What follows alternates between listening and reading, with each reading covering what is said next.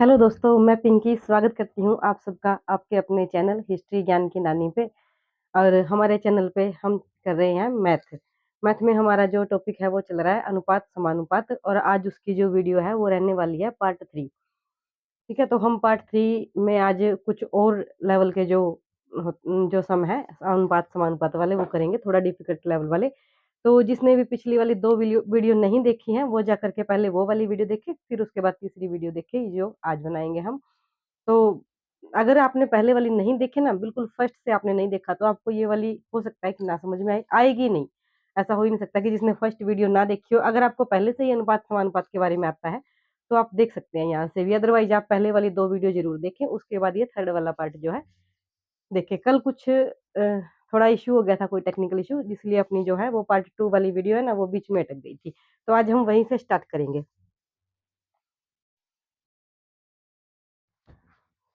तो कल अपना जो सम चल रहा था, वो मैं दोबारा से लिख देती हूँ यहाँ पे। अपना क्वेश्चन था ए, बी तथा सी के वेतन का अनुपात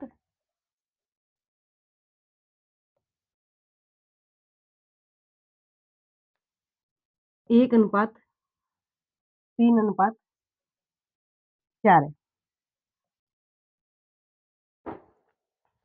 उसके बाद क्या कहता है, यदि उनके वेतन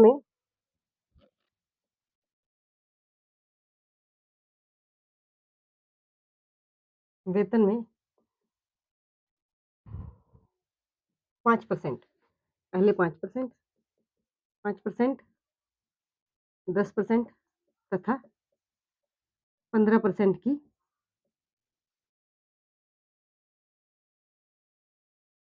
वृद्धि की जाती है,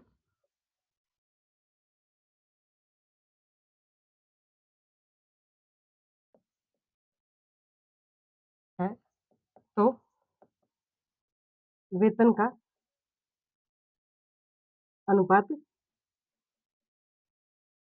ज्ञात करें।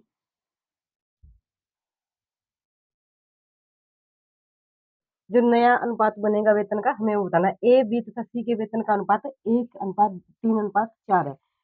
यदि उनके वेतन में 5%, 10% और 15% की वृद्धि की जाती है, तो वेतन का जो नया अनुपात होगा वो ज्ञात करना है हमें।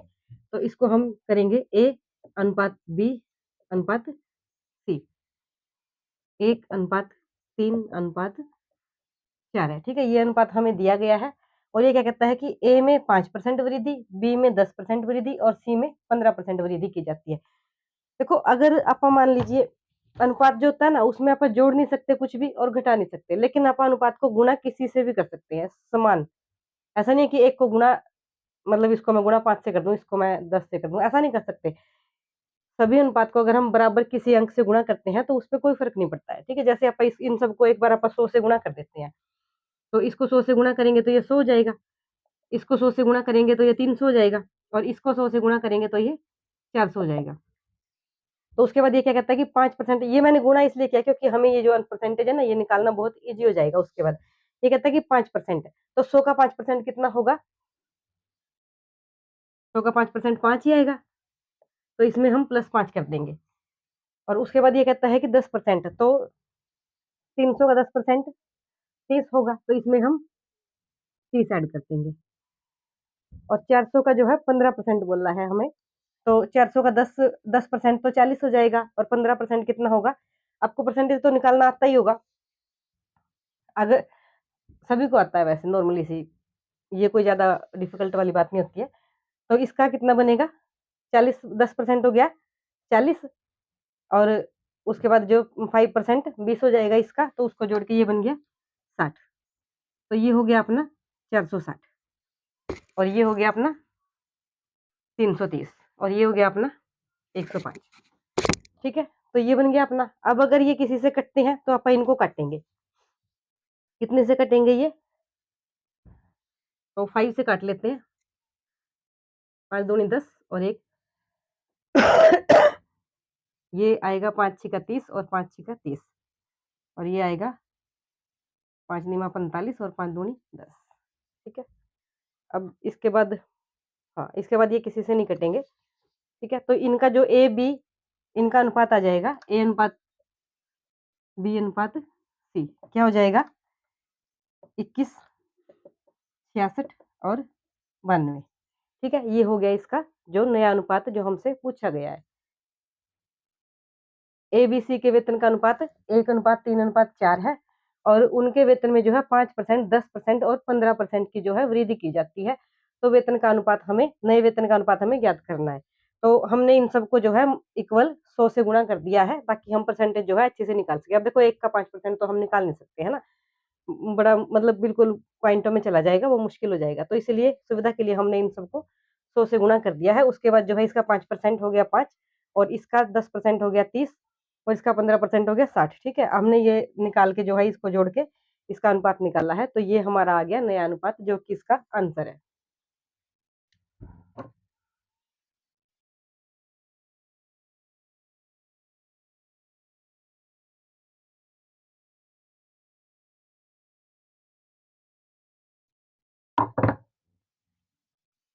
उसके बाद नेक्स्ट अपना है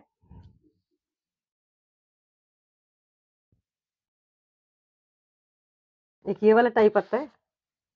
नेक्स्ट क्वेश्चन है 504 विद्यार्थियों की क्लास है।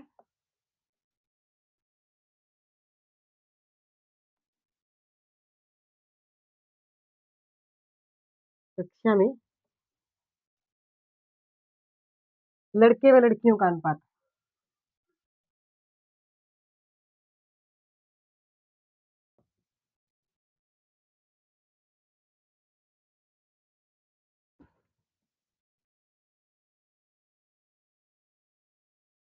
क्या दे रखा है हमें?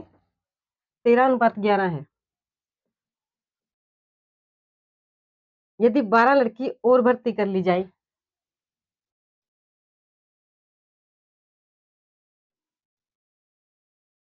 12 लड़की और भर्ती कर ली जाती हैं तो क्या पूछा हमें नया अनुपात क्या होगा?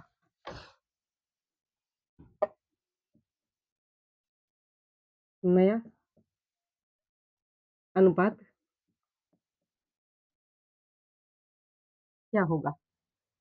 504 विद्यार्थी हैं टोटल एक कक्षा में और लड़के व लड़कियों का अनुपात जो है 13:11 है और कहते हैं कि 12 लड़कियां और आ जाती हैं तो उसके बाद जो है लड़के और लड़कियों का हमें नया अनुपात बताना है। ये है बॉयज अनुपात गर्ल। बॉयज कितना है 13 और गर्ल कितनी है 11।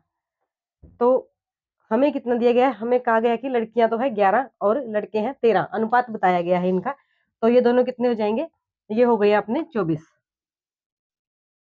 यहाँ पे जो अनुपात है वो है टोटल 24 से, लेकिन क्वेश्चन में क्या कहता है कि 504 है।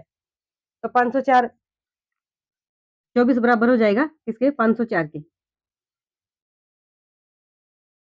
और एक की वैल्यू हम निकालेंगे इसके बटा में 24 लिख के। तो 24 एकम 24, 24 दूना 48, बच गया 2, ऊपर से उतारा 4 और 24 एकम 24।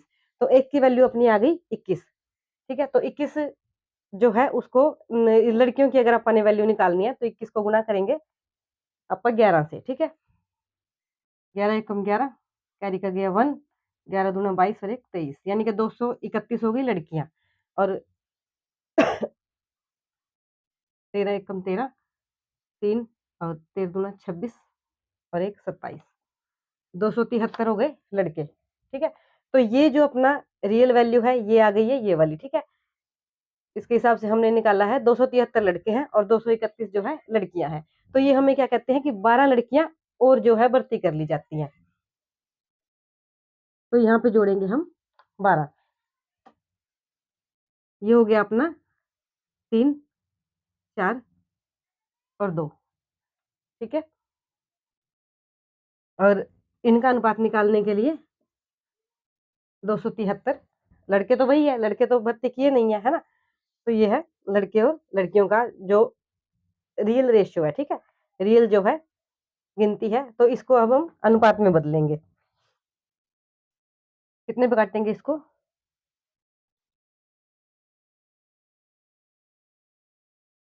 3 पे ही काट लेते हैं। 3 निमा 27 और 1 3 अठा 24 और 1 81। बस यहीं तक कटेगा, इसके आगे नहीं कटेगा, ठीक है? 91 और 81 जो है इनका नया अनुपात आ गया है, ठीक है? देखो फिर से समझिए, 504 विद्यार्थियों की कक्षा में लड़के व लड़कियों का अनुपात जो है 13:11 है। यदि 12 लड़की और भर्ती कर ली जाती है तो नया अनुपात क्या होगा? ठीक है, बॉयज का है अनुपात 13 और लड़कियां हैं 11। और अपन ने जो इनका टोटल किया है 24 और अपने को वैल्यू दी गई है 24 की 504, तो इसको जो है कट करके अपन निकाला है, एक की वैल्यू आ गई अपनी 21। तो इसको गुना करेंगे अपन 21 से 231 आ गया, इसको गुना किया है अपन ने 273 आ गया। अब लड़कियों की वृद्धि की गई है तो यहाँ पे हम इसमें 12 जोड़ेंगे, जहाँ पे लड़कियों की संख्या है, तो ये हो गया 243 और ये हो गया 273। फिर अपन ने इसको कट करके जो है, क्योंकि ये कट रहा था, जहां तक कटता है वहां तक आप उसको काटेंगे। उसके बाद अगर आगे नहीं कटता है तो फिर उसको मतलब हम अनुपात बोल लेंगे, ठीक है?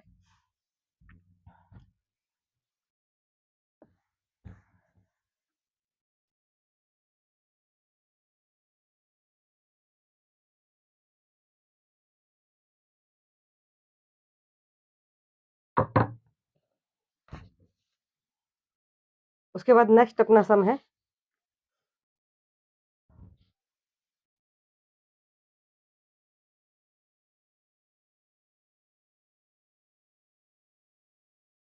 हाँ, एक ये वाला टाइप आता है। ये कहता है कि कुछ धन है, राम, मोहन तथा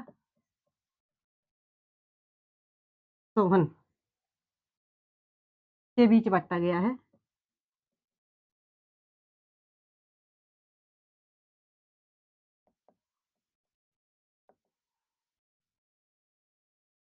कैसे बांटा गया है?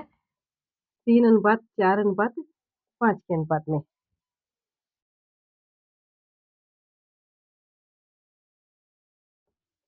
और आगे कहता है कि यदि मोहन का हिस्सा राम के हिस्से से,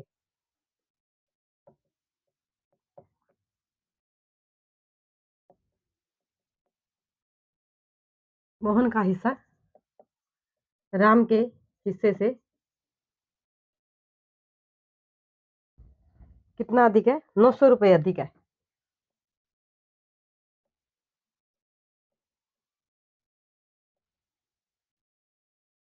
तो सोहन का हिस्सा ज्ञात करें।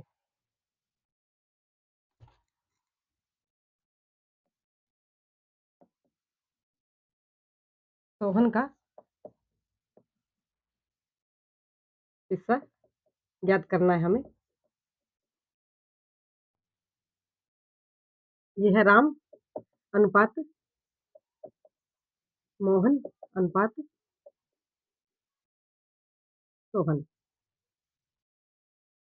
तो ये क्या कहता है? 3:4:5 के अनुपात में जो है इनमें धन बांटा गया है, रुपए बांटे गए हैं, पैसे बांटे गए हैं। उसके बाद कहता है कि राम के हिस्से, मोहन का हिस्सा जो है राम के हिस्से से 900 रुपये अधिक है। मोहन का हिस्सा राम के हिस्से से 900 रुपये अधिक है। कितना अधिक है? 900 रुपये। मोहन के पास ज्यादा है, यहाँ पे मोहन के पास 4 है, और किससे ज्यादा है? राम से ज्यादा है, राम के पास 3 है। लेकिन एक्चुअली में इसके पास यहाँ पे अनुपात में कितना बताया गया कि 1 रुपया ज्यादा है, और ये क्या कहता है कि 900 रुपये ज्यादा है। तो हमारा 1 रुपये की वैल्यू क्या होगी? 900 रुपये होगी, ठीक है? एक बराबर हो गया 900 के। तो अब हम किसका पूछा गया हमसे? तो सोहन का हिस्सा ज्ञात करें। जब एक बराबर 900 के है तो 9×5 = 45 हो गया।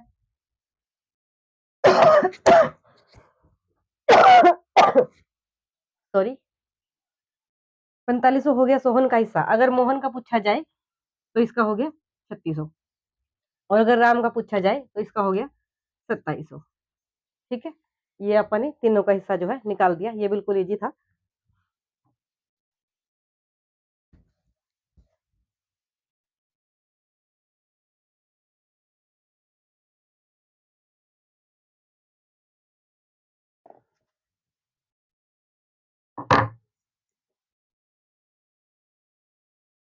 उसके बाद अपन नेक्स्ट करेंगे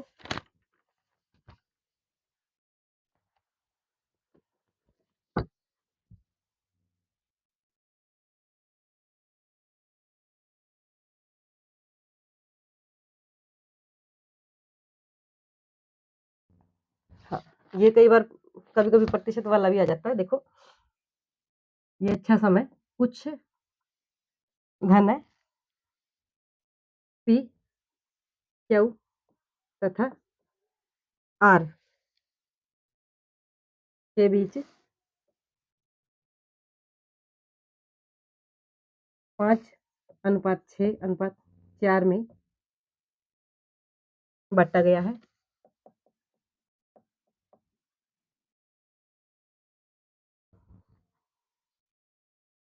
P का हिस्सा कुल धन का कितना प्रतिशत है? P का हिस्सा कुल धन का कितना प्रतिशत है?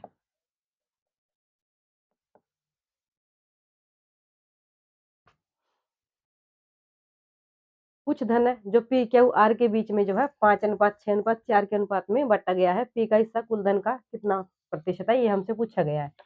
तो हम लिखते हैं P अनुपात Q अनुपात R 5:6:4। तो हमें कोई रकम तो दी नहीं गई है, तो इसलिए हम अनुपात का टोटल करेंगे। 6 और 4 10 और 5 15। हमारे पास है 15 रुपए, यानी कि हम तो यही मानेंगे कि हमें हमें दिए गए हैं 15 रुपए। टोटल बाँटे गए 15 रुपए और जो इनको मिले हैं ये इस अनुपात में मिले हैं और पूछा गया कि P का हिस्सा कुल धन का, यानी कि P को कितने मिले हैं 5 रुपए। जो 5 रुपए है वो 15 रुपए के, ये बताना है कि कितना प्रतिशत है। ठीक है, तो हम प्रतिशत निकालेंगे। देखो, जिसके बारे में जो टोटल होता है उसको हम लिखेंगे नीचे, ठीक है, और जिसका पूछा गया होता है, ठीक है, P का पूछा गया है तो इसको लिखेंगे ऊपर और प्रतिशत निकालने के लिए लगाएंगे हम 100। ठीक है, जो जिसका पूछा जाता है उसको ऊपर लिखा जाता है और जिसके एवज में पूछा जाता है, यानी कि कुल धन के बारे में पूछा गया है तो उसको नीचे लिखेंगे और गुणा में 100 लगाएंगे। अब इसको जो है काटेंगे, ये आ गया अपना 3 और इसको अगर आप इससे भाग करेंगे, कटेगा तो नहीं है पूरा पूरा, तो ये आएगा अपना 33 सही 1/3%। ठीक है, ये इसका आंसर आ गया अपना।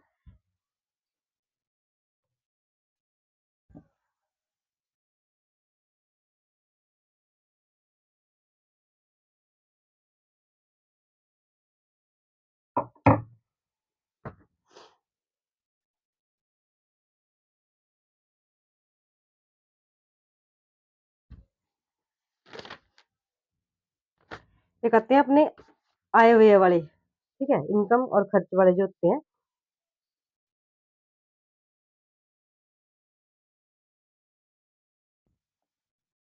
पी तथा क्यू की आय का अनुपात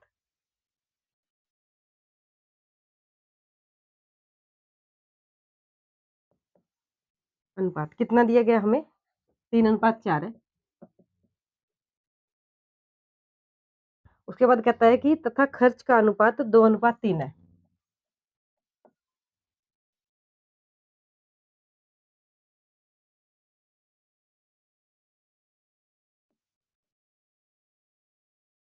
यदि प्रत्येक 6,000 रुपए की बचत करता है तो पी की आय क्या होगी? यदि प्रत्येक कितने की बचत करता है? 6,000 रुपए की, तो पी की आय क्या होगी? ये हमसे जो है क्वेश्चन पूछा गया है। ठीक है, पी तथा क्यू की आय का अनुपात 3:4 है। क्या दिया है? पी अनुपात क्यू 3:4 और उसके बाद नेक्स्ट कहता है कि खर्च का अनुपात जो है 2:3 है। 2:3 ये है इसकी आय और ये है व्यय। ठीक है, देखो, आय जो होती है, आय में से जो हम मतलब खर्चा कर देते हैं उसके बाद बचत बच जाती है। ठीक है, बचत कितनी बताई है इसने? 6,000 रुपए।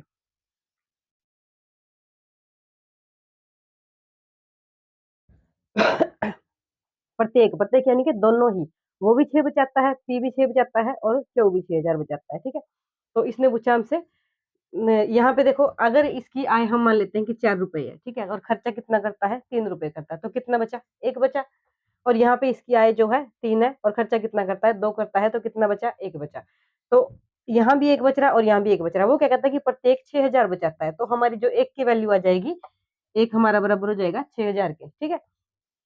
तो उसके बाद ये कहता है जब एक की वैल्यू 6000 आ गई तो किसी का भी निकाल लो, पी का निकाल लो या क्यू का निकाल लो। इसने हमसे आय पूछी है पी की, हाँ। तो 6 18,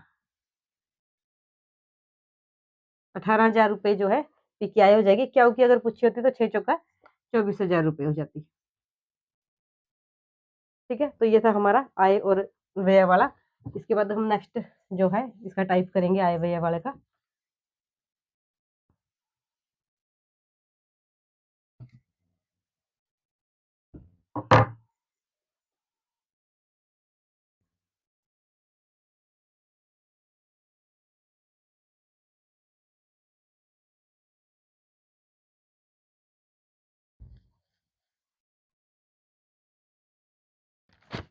तो इजी सा ही है।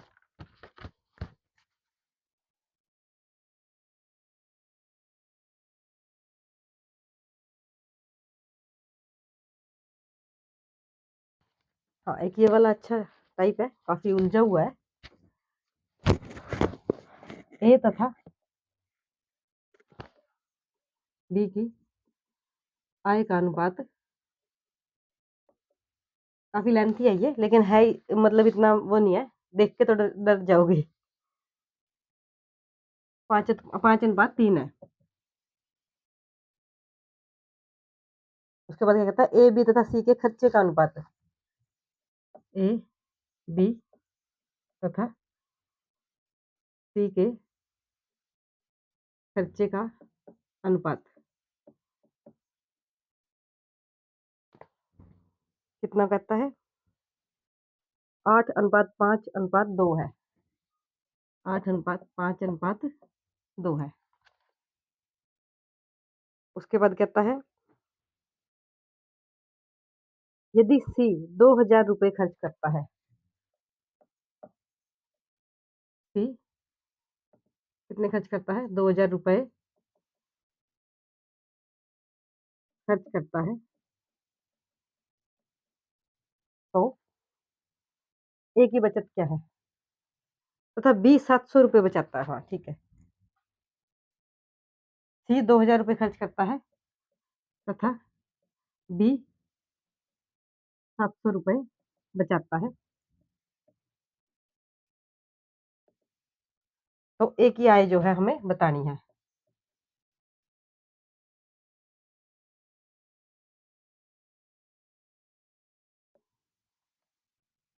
तो हमें ए की आय बतानी है, ठीक है। सबसे पहले हम लिखते हैं ए अनुपात बी अनुपात सी को भी लिख लेते हैं साथ में, ठीक है।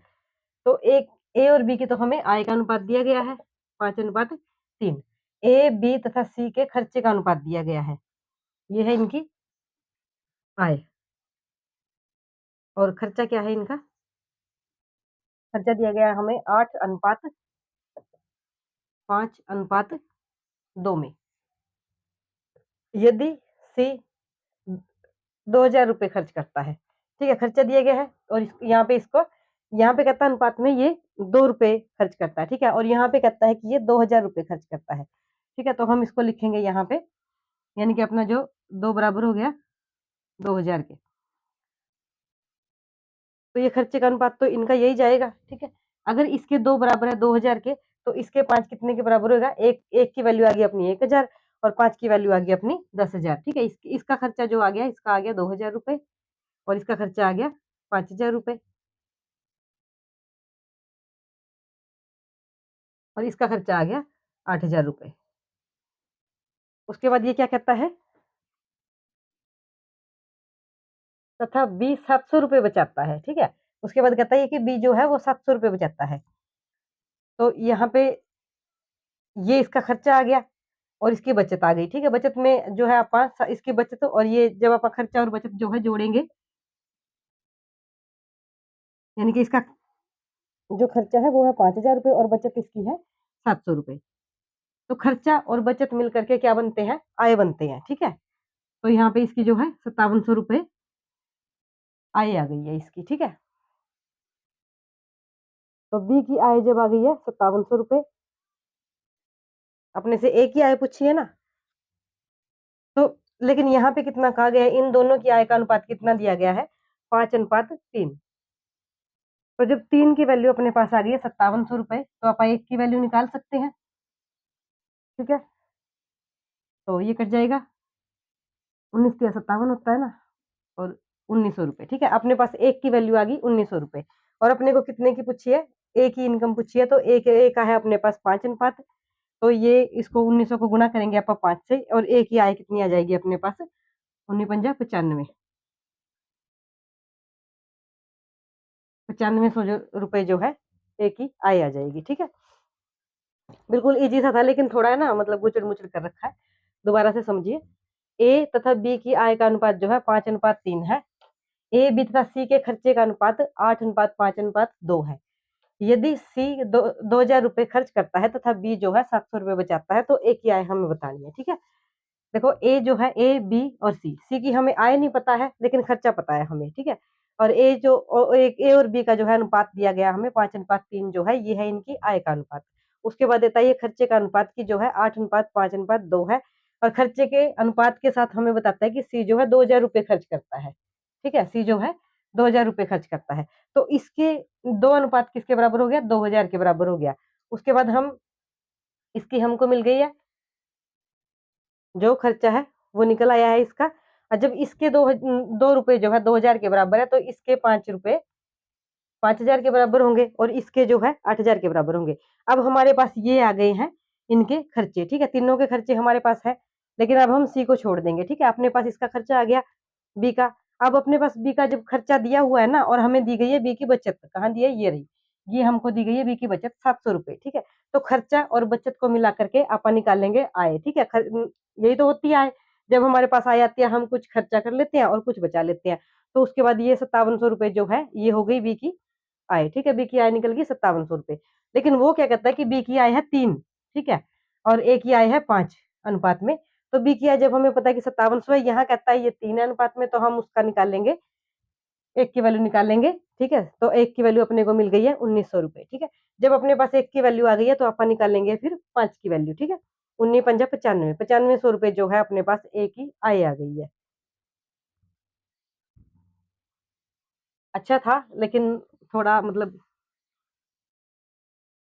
वो था, डिफिकल्ट नहीं था वैसे, ये अच्छा था, लेवल ऐसा होता है एग्जाम में।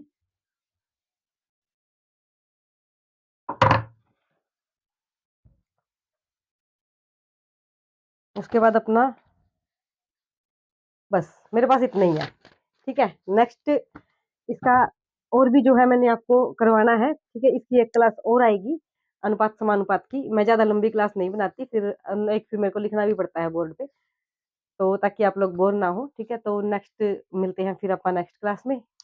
तब तक के लिए आप वीडियो को लाइक कीजिएगा, शेयर कीजिएगा, और चैनल को सब्सक्राइब कीजिएगा। Thank you.